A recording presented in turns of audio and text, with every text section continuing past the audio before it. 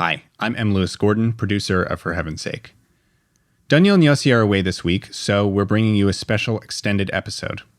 In this recording from July 11th, Yossi does a deep dive into the nature of anti-Semitism, how it relates to Israel and to Jewish power in the modern era, and he addresses a phenomenon that has become acute during this war with Hamas. The growing contingent of Jews, mostly in North America, who go beyond a critique of Israel's actions and policies and advocate for an end to the Jewish state.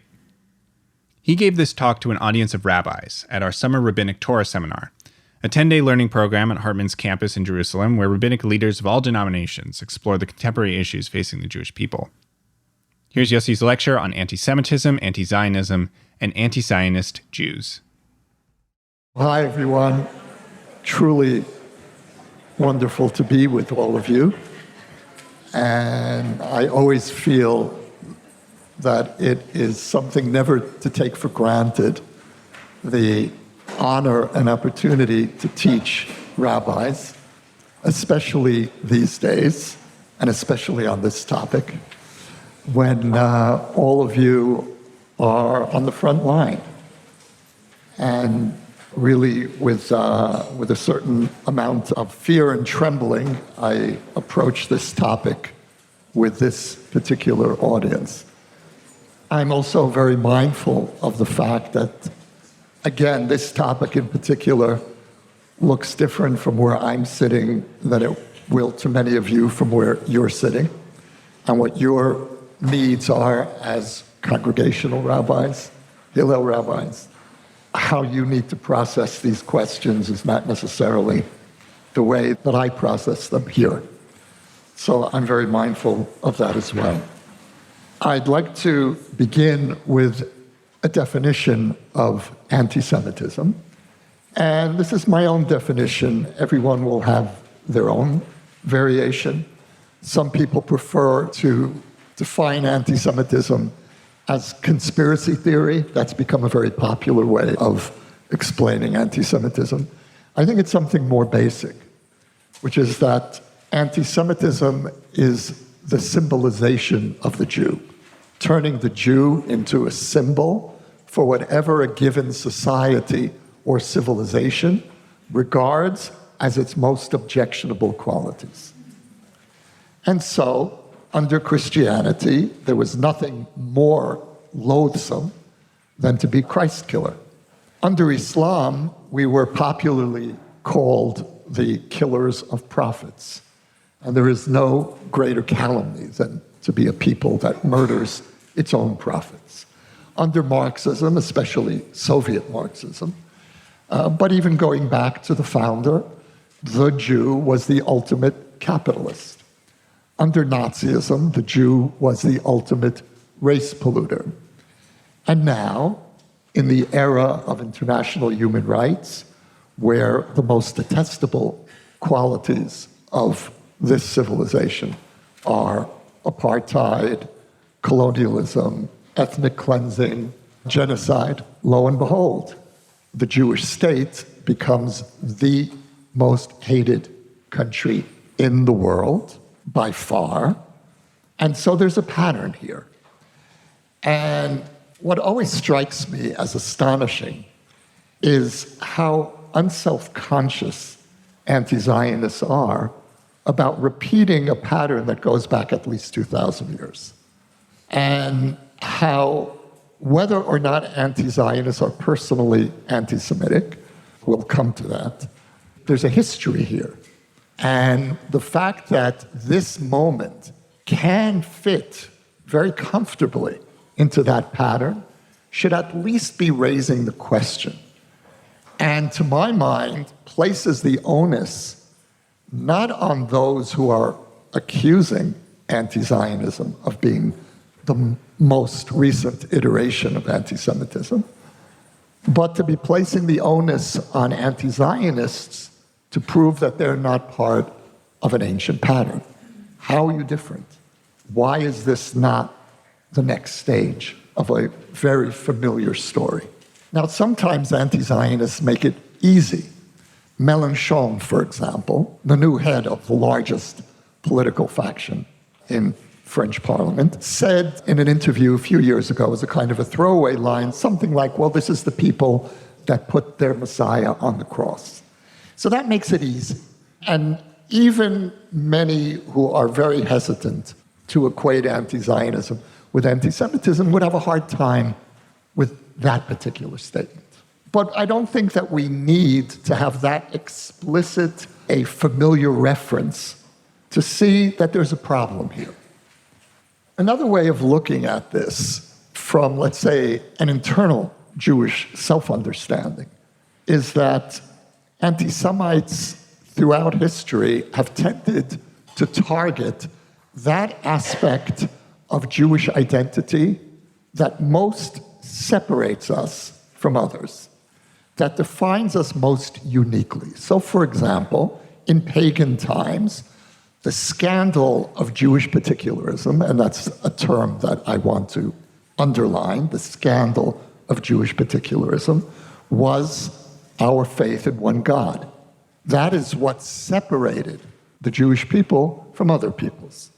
And so the struggle of the Jewish people in pagan times, from the story of Hanukkah through the Romans, was to resist the pluralism of paganism and to insist on the monotheistic intolerance of Judaism. No, we don't put other gods in our temple. That's being intolerant. And yes, compare Judaism to paganism. Judaism was intolerant. And many of the pagans would have had no problem including the Jewish God in their pantheon. Throw one more into the mix. And so what pagan anti-Semites, and anti-Semitism goes back to pagan roots, pagan anti-Semites noted this intolerance of monotheism. And again, the story of Hanukkah is the story of the scandal of monotheistic particularism. With the emergence of Christianity and then Islam, monotheism no longer uniquely defined us. And so the scandal of Jewish particularism shifted to Judaism, to Jewish observance, to halakha, to Torah, to Rabbinic Judaism. That became the scandal. And what Christians were telling us was, what's the problem here? We accept it's our Bible too. And you are stubbornly insisting on your particular identity based on an outmoded notion. You don't have to hold on to your particularism anymore. And the way that this worked initially in Islam is that Muhammad was trying to present Islam as Jewish-friendly, and initially at least, Muslims fasted on Yom Kippur, for example, and the Qibla, the direction of prayer, was Jerusalem before it became Mecca. And this was part of an attempt to convince certainly the Jewish tribes of Arabia that Islam is entirely compatible with Judaism, and you no longer have to stubbornly maintain your separatism. In our time, I would argue that one of the crucial defining elements for the Jewish people in terms of our distinctiveness is a Jewish state. It's not monotheism anymore. Even Jewish religion, Jewish observance, in the age of interfaith, that's okay. There's place. What makes the Jewish state so complicated is that there's an irony here, which is that Zionism envisioned a Jewish state as being distinct in the way that every other state is distinct, which is to say, we would have our own particular cultural national identity, but we wouldn't really be that distinct. And the very fact that we would have a state, a nation like all others, the way that Zionism described it, meant that Zionism was sitting on the fault line between separate identity and blurring the separate identity. So the fact that the Jewish state today is the main target of animus toward Jewish distinctiveness tells us how the Jewish state is perceived, certainly outside of classical Zionism.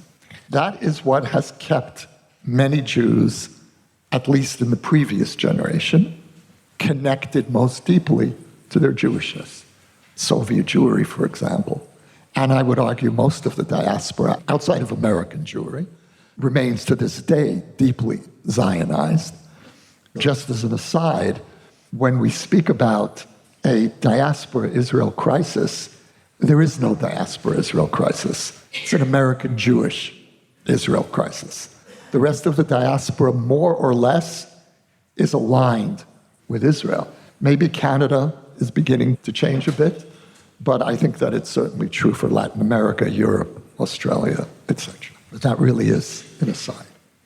The anti-Zionist critique, leaving aside for a moment the question of whether it is intentionally anti-Semitic or not, seems to me to be in the long history of dumb critiques of the Jews.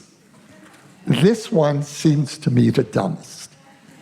And the reason that I say that is to take a people and to take its story of the 1940s. This is a people at its most desperate and broken. The outcasts, the untouchables of Europe, trying to have one last attempt to have a good story, and turning that into the symbol of white Western colonialism strikes me as particularly tone deaf, to say nothing of the fact that this country is half Mizrahi, just even leaving that out. And I would say the same is true for turning American Jews into the symbol of white privilege. That this is a community which, in my lifetime, was struggling for its place in American society, and in the last two generations actually turned out to be the poster child of the American success story. And to turn that story into everything that's wrong with white America, again, strikes me as especially tone deaf within the classical American context. And so this notion of Israel, Zionism, American Jewish privilege as somehow representing the sins of the West and especially Europe, it's, this is in a way Europe's parting gift to the Jewish people is to stick us with the bill for Europe's crimes. I couldn't resist that line. Anti-Zionism, and I'm still on making the case for why this is a variation of anti-Semitism. Anti-Zionism is the latest variation of what was once called Christian supersessionism, which post-Holocaust, post-Vatican II, as we all know, has largely gone out of favor, certainly in the Catholic Church, parts of the Protestant world as well.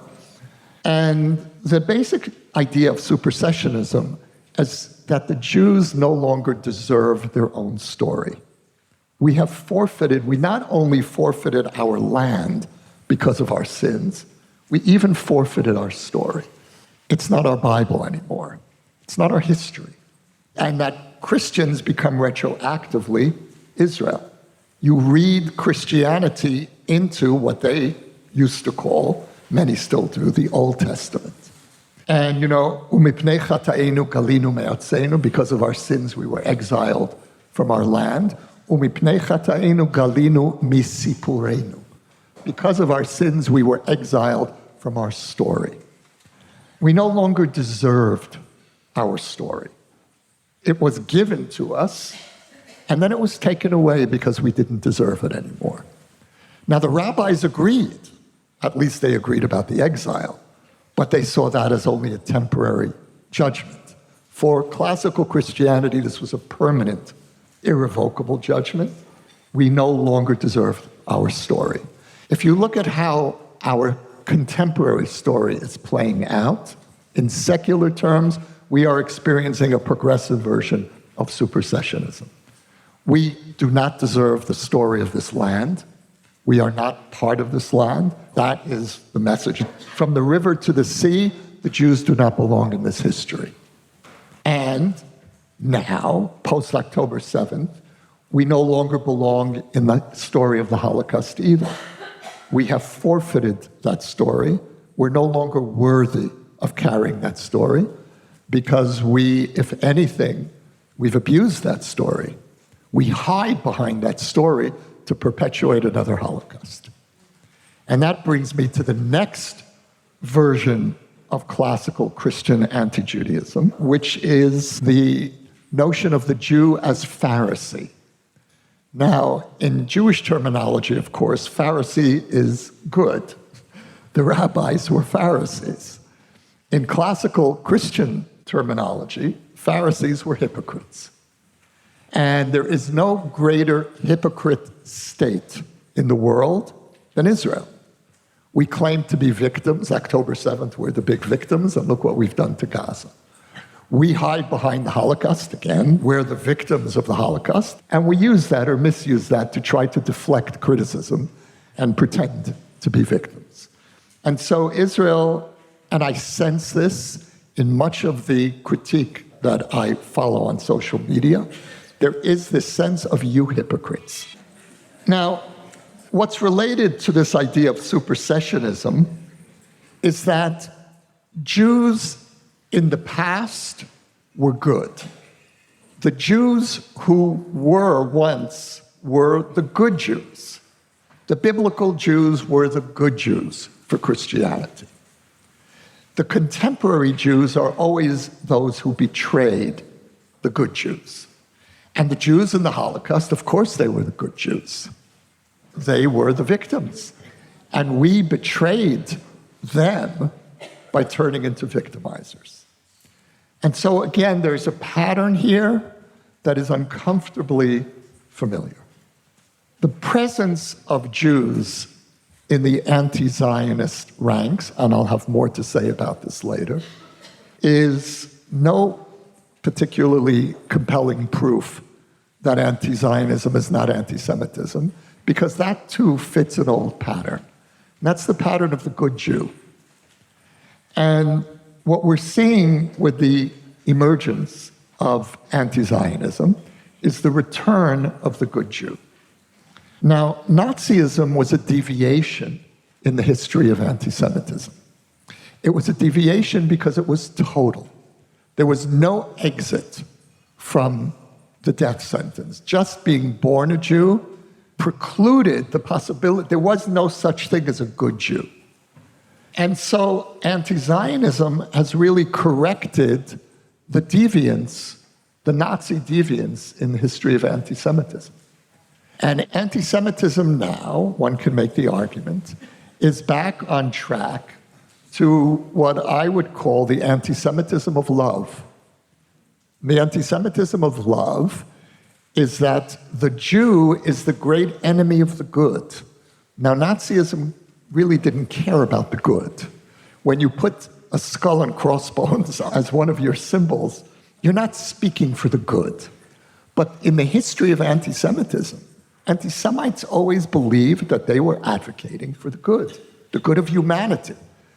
And again, the scandal of Jewish particularism is that it was a bone in the throat of universalism and of the universal good. If it wasn't for the Jew, the world would be a much better place.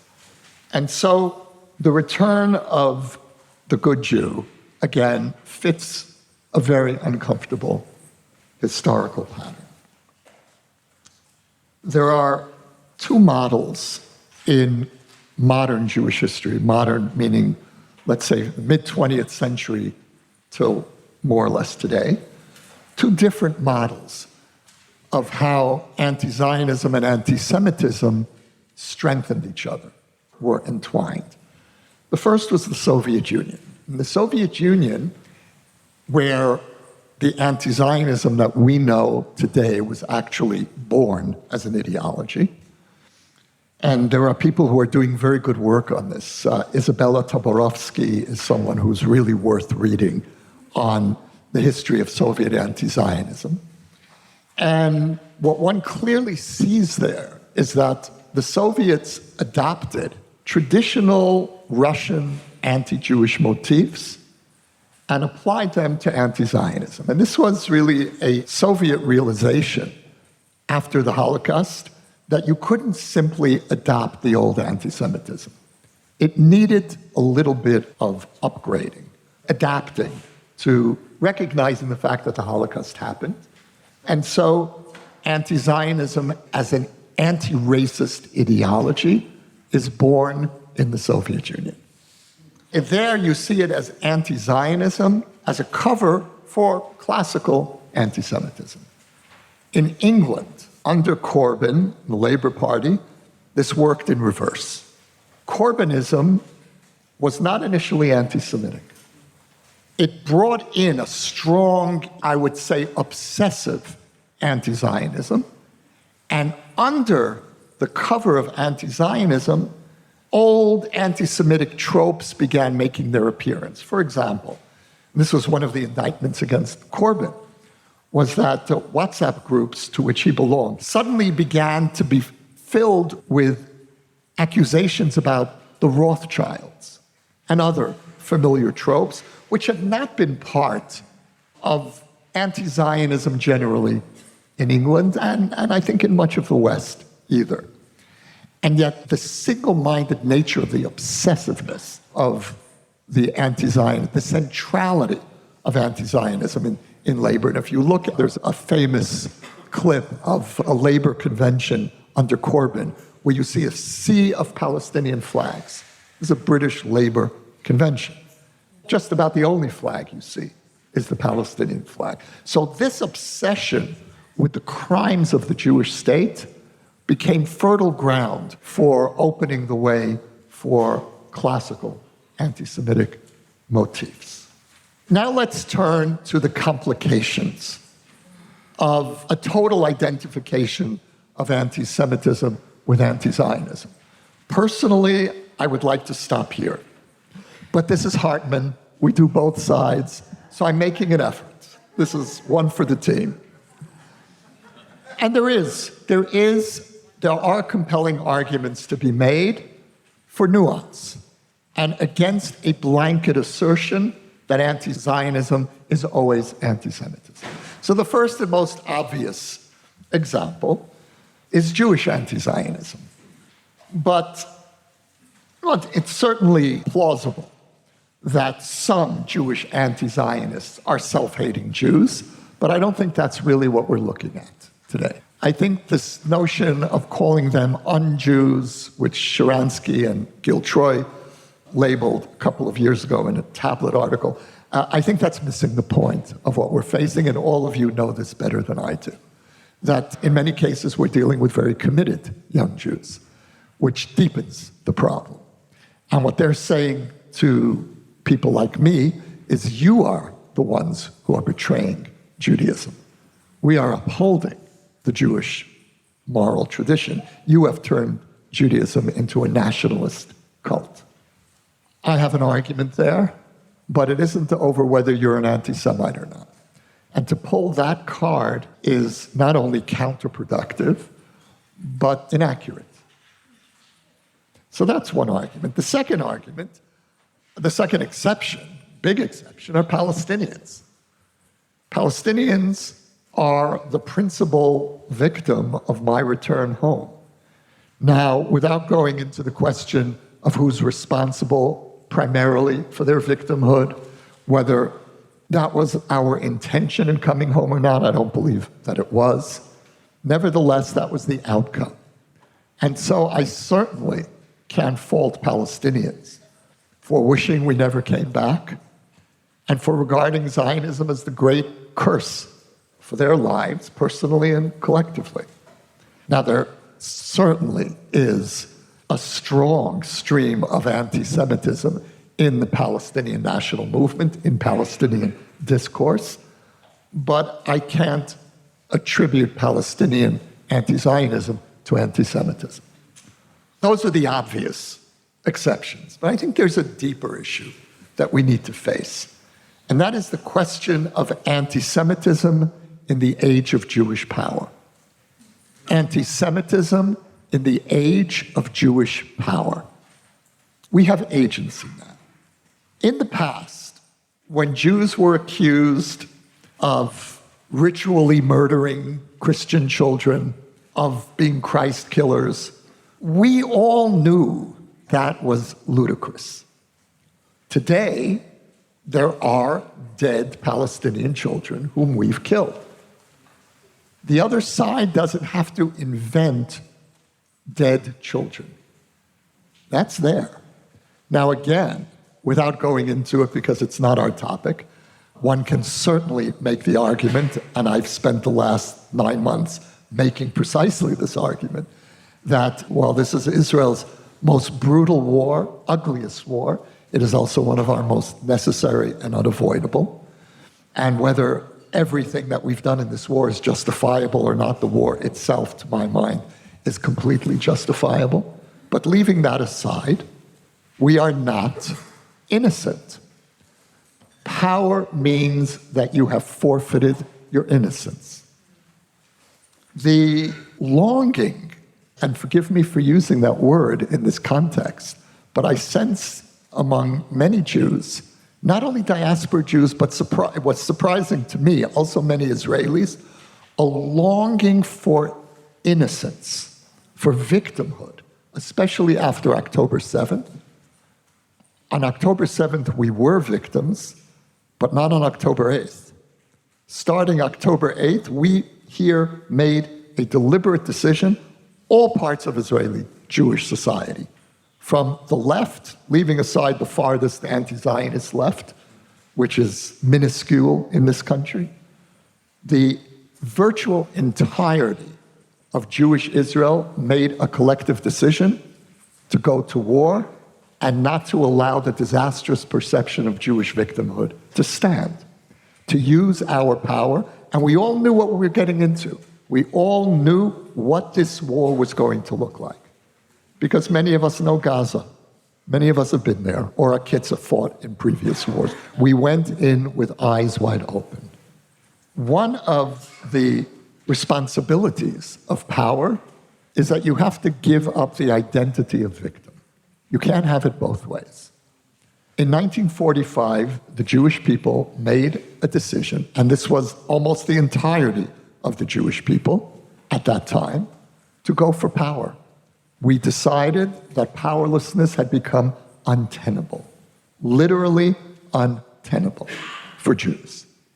And I regard that decision as one of the greatest moments in Jewish history, to have gone from the lowest point in our history to one of the peak moments in our history. And we are all living the flourishing Jewish lives and communal lives that we enjoy because the generation after the Shoah made the decision to go for power. Soft power in America, hard power here. And now we have to own the consequences. Especially now in this war, we have to ask ourselves the question, were the Jews in 1945 right to go for power or not?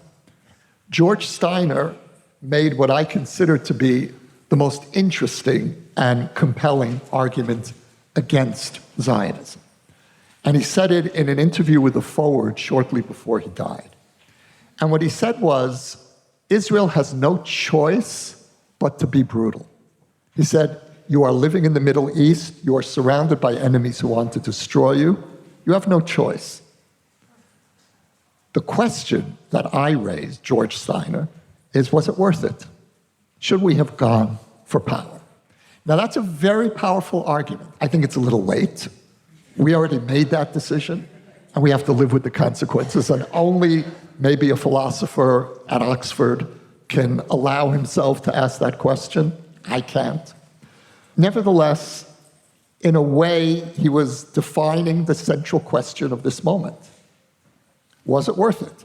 This is what one consequence of power looks. There are many other consequences. There's the ability to make sure that October 7th doesn't happen again. But one of the consequences is the ruins of Gaza. And so, was it worth it or not? Now, that means that this is the moment where we have to own the full implications of power. That wonderful moment in the Kuzari when the king asks, the rabbi says to the king, we're the best religion because we're the most moral religion. We don't kill anybody. And of course, the king says, you can talk. What'll happen once you have an army? Come back to me and let me know. So this is the Kuzari moment. What happens when we have an army? And not only what happens when we have an army, but what happens when you have an army with October 7th? What happens when you've already gone through 2,000 years of Jewish history, you finally come home, and it doesn't end. The war against Jewish legitimacy and Jewish existence continues.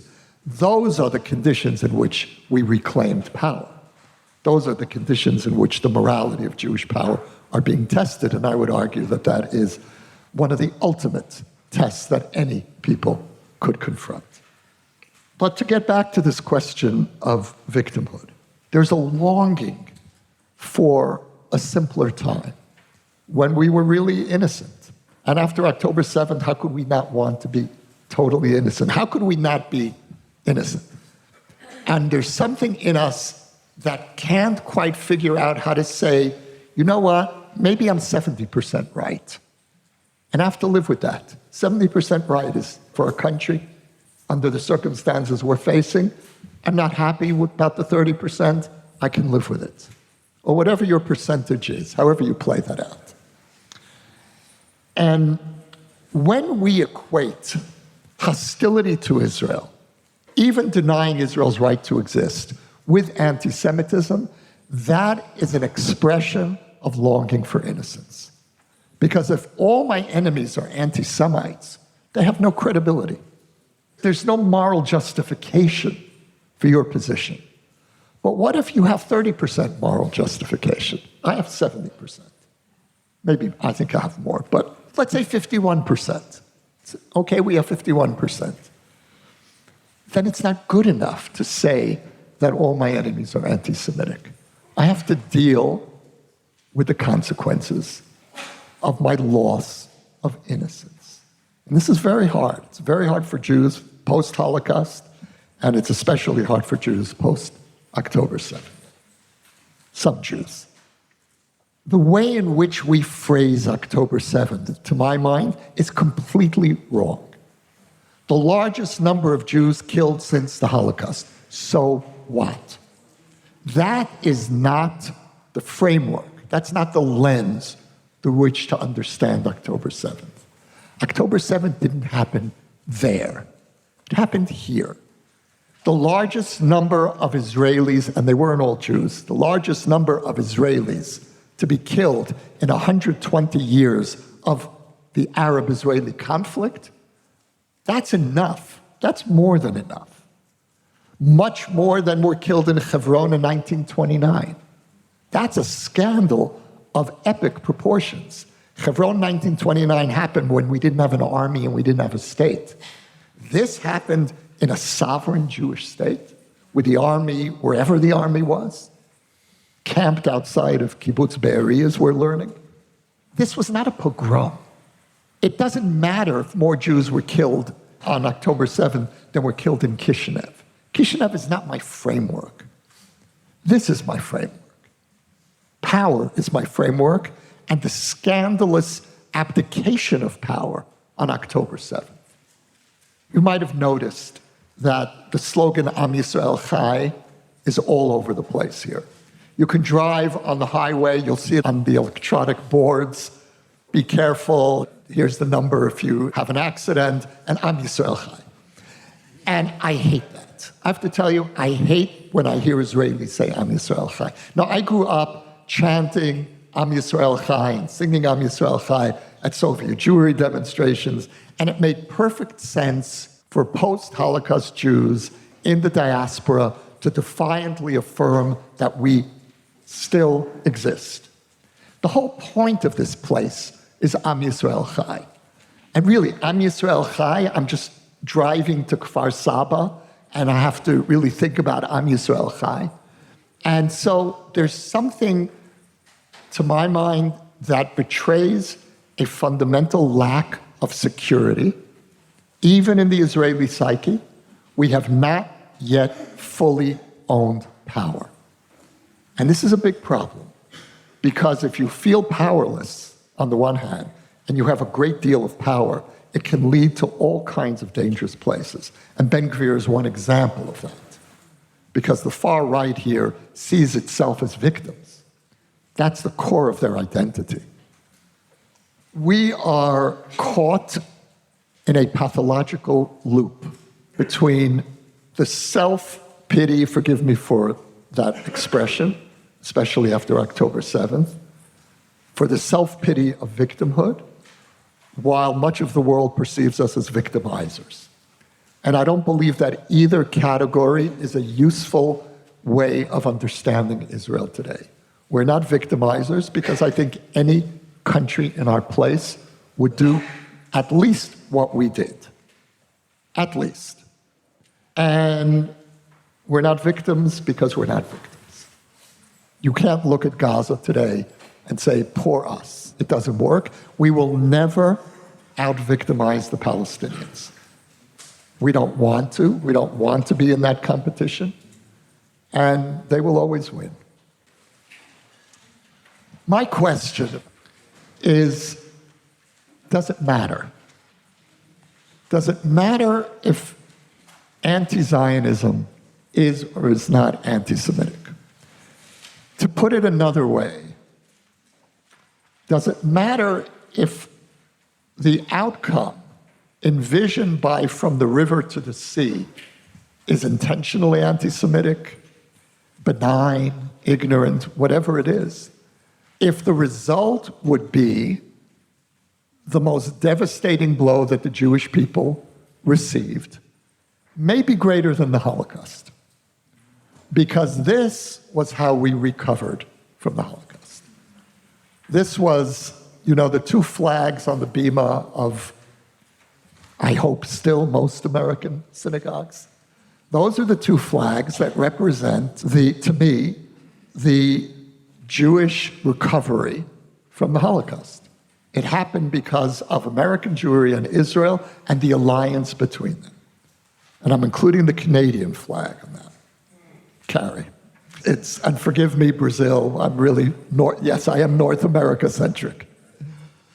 And the death blow to Jewish vitality. The Jews would continue to exist after, God forbid, the destruction of Israel. But that vision to risk, first of all, go back to your question. The first death blow would be the destruction of the structure that enabled the Jewish people's recovery and that allowed us to return to being an optimistic people, that allowed Jews to pray again. I believe that Jews would have even a harder time than we have today praying if there was no Israel. Certain things that we take for granted, my parents' generation instinctively understood, which is why they were almost all Zionists. The further existential threat is that I deeply believe that the destruction of the Jewish state, the end of a Jewish army, would leave 7 million Jews vulnerable to a constant condition of October 7th. That would be the norm. We saw what happens when there is no Israeli army. And so I don't care if anti-Zionism is technically anti-Semitic or not. I understand why the argument is important. It's a very potent weapon for the Jewish community to push back against the anti-Zionists. And the other side is using every ugly weapon, half-truths, outright lies against us. And this is protection. But in our internal conversation, do we really need an existential threat to the Jewish people to be defined as anti-Semitic? And this goes back to the question of what is anti-Semitism in the era of Jewish power. To destroy Jewish power, it doesn't matter if it's anti-Semitic or not. Yehuda Pearl, the father of Daniel, has a very strong argument where he says that, he calls it, it's not a term that's going to catch on, Zionophobia. And his argument is that anti-Zionism is actually worse than anti-Semitism in our generation. Anti-Semitism is not an existential threat to Jews.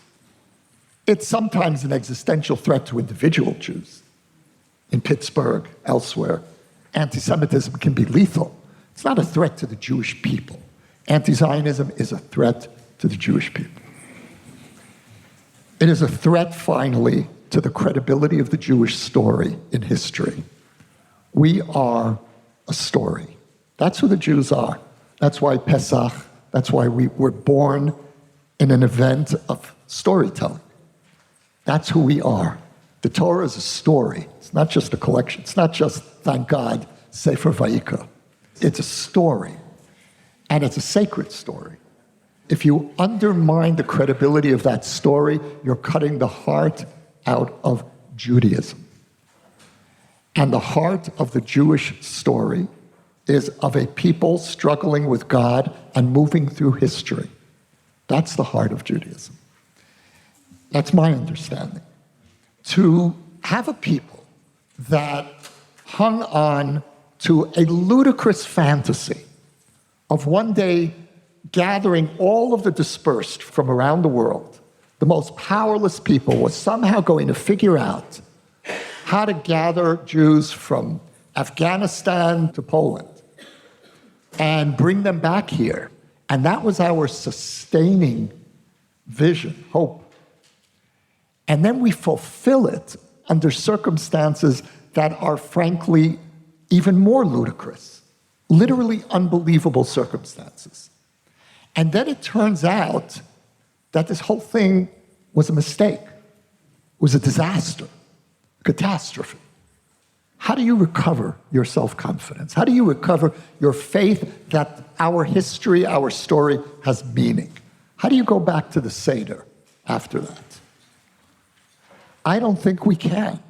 We did it once before. We did it after Churban Bayit Sheni, but we were a very different people then.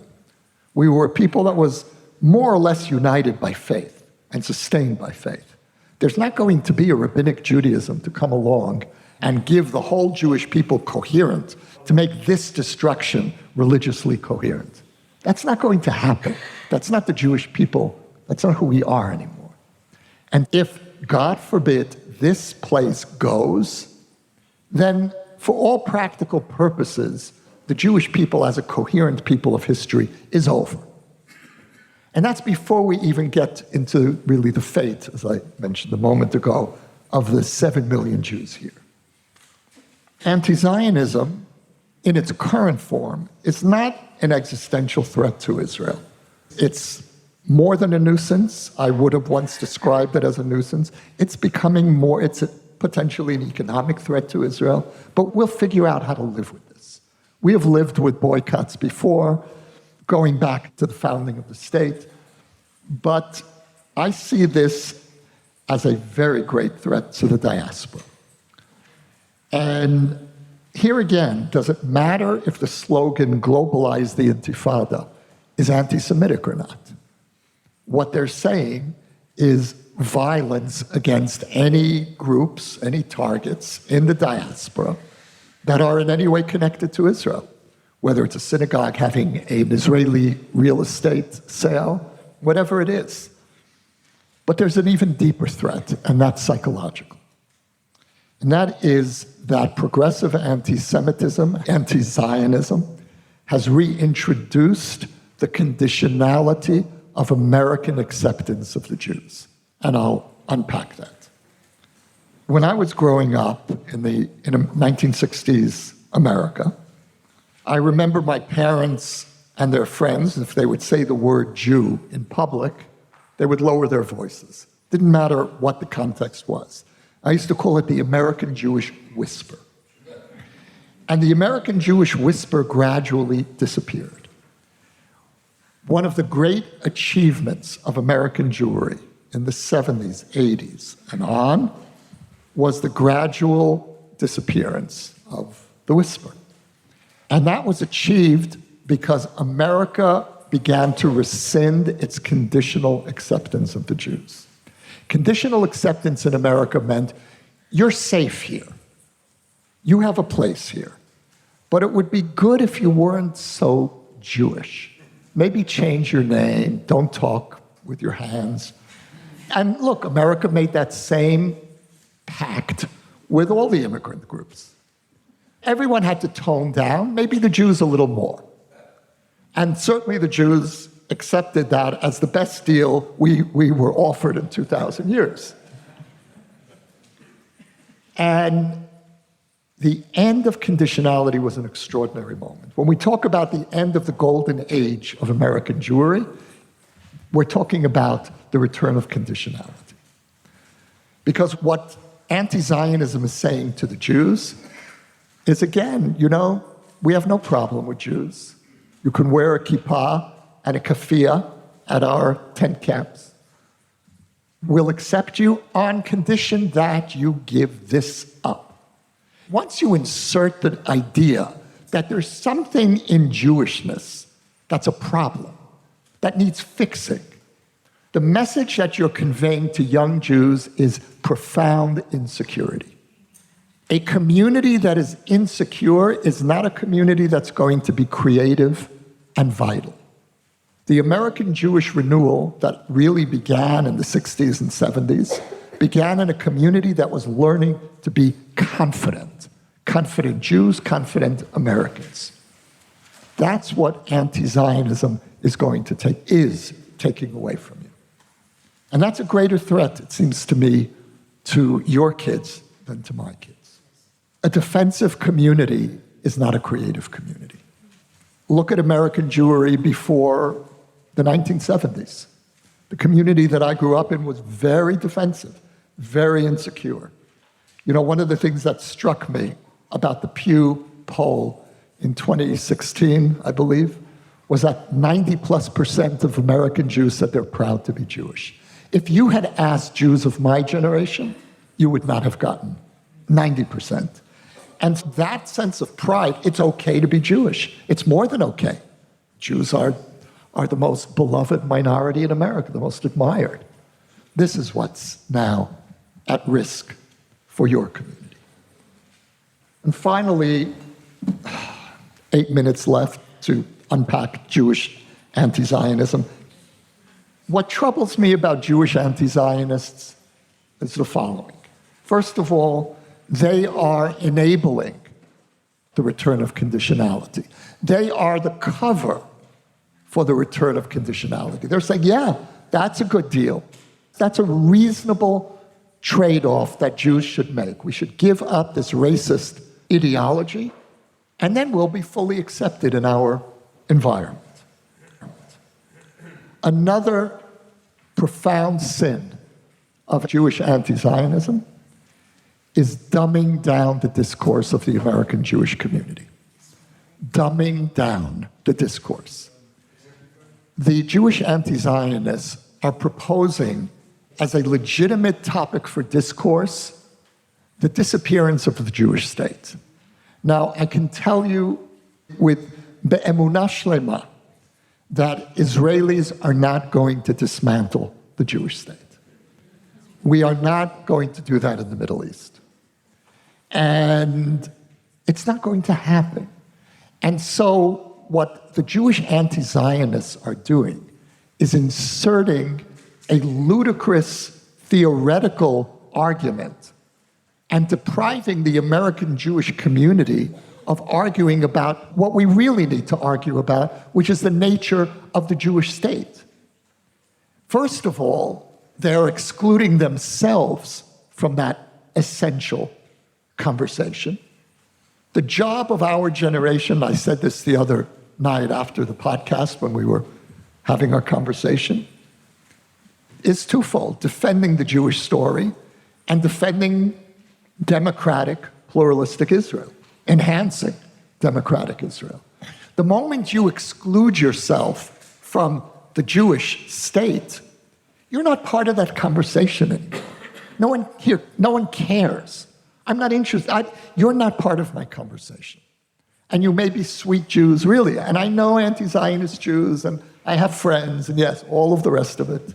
I can't say some of my best friends, but one of my former best friends. And so you're doing two things.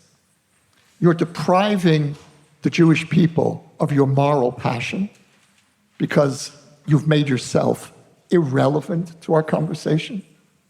And you are creating a discourse that's sucking up more and more oxygen and diverting Jews from the substantive conversation about the future of Israel the future of the American Jewish-Israeli relationship. There will be no relationship between Israel and anti-Zionist Jews. None. That is a relationship that will not happen. But if we're talking about a relationship between the two centers of Jewish life, then let's have a serious conversation. Anti-Zionism is not a serious conversation. And so one of my biggest complaints is that it is a dumb conversation. And we need smart conversations. I'll open it up afterwards. The biggest threat that we face, I said this the other night, I really want to emphasize it, that we face as a people, and certainly the future of the American Jewish-Israeli relationship, is the rise of fascism in Israel and anti-Zionism in American Jewry. There is no possible commonality. If, God forbid, Israel goes fascist, we have no moral credibility with American Jews, with the diaspora. We have cut ourselves off from thousands of years of Jewish ethical seriousness. If, God forbid, more and more American Jews turn anti-Zionist, then I, as an Israeli, have no conversation with a community that doesn't care if I live or die. Because the only way I know that I will live in the Middle East is if I have a Jewish army. That's it. And if you want to take that away from me, you are telling me that you don't care if I live or die. Whether you admit that to yourself or not, that's what I hear.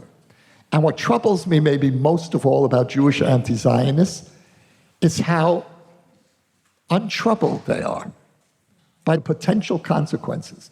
And you know, and I have conversations in America with Jewish anti-Zionists. And I say, okay, maybe you're right. Maybe this is all going, maybe there'll be a UN peacekeeping force here that's going to protect Israeli Jews. Have you heard the sarcasm? Yes. But okay, maybe you're right. But what if you're wrong? Does that thought give you any sleeplessness? Does it make you wonder, maybe I shouldn't be so strident about my position? Maybe I really am going to endanger the lives of 7 million Jews, and that has real consequences in the real world? If you tell me Jewish anti-Zionism, what am I supposed to talk about? Whether I have the right to live or not? Where's our shared story? Where's our shared future? What's the agenda? Doesn't exist for me. There are two groups in the Jewish people that crave innocence, that need an identity of victimhood. The first I mentioned earlier is the far right, and the second is the far left, the Jewish far left. And each of them for very different reasons, and it plays out differently. The far right needs the identity of victimhood in order to be freed of moral constraints on the use of power. Because if I'm a victim, you can't blame me for doing anything that I need to do in my defense. And democratic norms and restrictions are an impediment to a victim being able to defend myself. And of course, the way that plays out on the Jewish far left is exactly the opposite. It's to be freed from the moral burden of power. But these are the two groups that come together and affirm an identity. The Jew must be the victim. That is the essence of our identity. I will end really one last point. What to do with Jewish anti-Zionists? Now, my red lines of who's in the tent and who isn't, I have a very simple red line. In the American Jewish community, any group that felt the need to be in Washington on November, whenever it was, is part of the tent. And that includes groups that I'm in deep, profound disagreement with. It doesn't matter. If you were there, you felt the need after October 7th to be with fellow Jews and affirm Israel in whatever way. I have to live with you. You're in my tent. Somebody pointed out to me that Neturei Karta was there too, but never mind. And those who are not in the tent are those who are trying to pull apart the identity of Israel as a Jewish and democratic state. Either the Jewish state is not legitimate or the democratic state is not legitimate. Those are my red lines. And I believe we need to make a clear distinction between anti-Zionists who are leaders, who have turned their professional lives into undermining the legitimacy of Israel, and rank and file, young people who join JVP. You can't quarantine them. As it has been pointed out to me many times, they are our children or our children's friends. And that's right. We don't quarantine our kids, no matter what. The leaders, absolutely, from my point of view, absolutely not. And the organizations, it goes without saying. There's one more distinction that I'll make, and that's between Satmar and Neturei Karta. They both are rooted in the same theological principles, identical theological principles. They use the same religious texts, the same arguments against why Israel not only shouldn't exist, but is an abomination and satanic. You have that language from the Satmar Rebbe in his books. Israel is satanic. It is Satan's final temptation of the Jews before the Mashiach to give up Torah. What does Neturei Karta do with that? They take that literally seriously. In fact, I just saw a clip, literally the other day, of a Neturei Karta leader leading a march in New York, chanting, "Zionism is Satanism." That's Neturei Karta. They will form an alliance with Iran. They will go to a Holocaust denial conference in Tehran. If Israel is satanic, you have to fight with any means necessary. Satmar will never do that. Satmar, for me, is obnoxious and unpleasant, but I would daven in a Satmar minyan, and I would not daven in a Neturei Karta minyan, just as I wouldn't daven in a JVP minyan, if there is such a thing. I wouldn't go. Anti-Zionism does not exclude you from the Jewish community. What excludes you is joining with the enemies of Israel to undermine the legitimacy of our story. There you're already taking a step out. And again, the further qualification I would emphasize is even among those who do that, it's the leaders who are beyond the pale and not the rank and file. Let me end here. Thank you, Dan.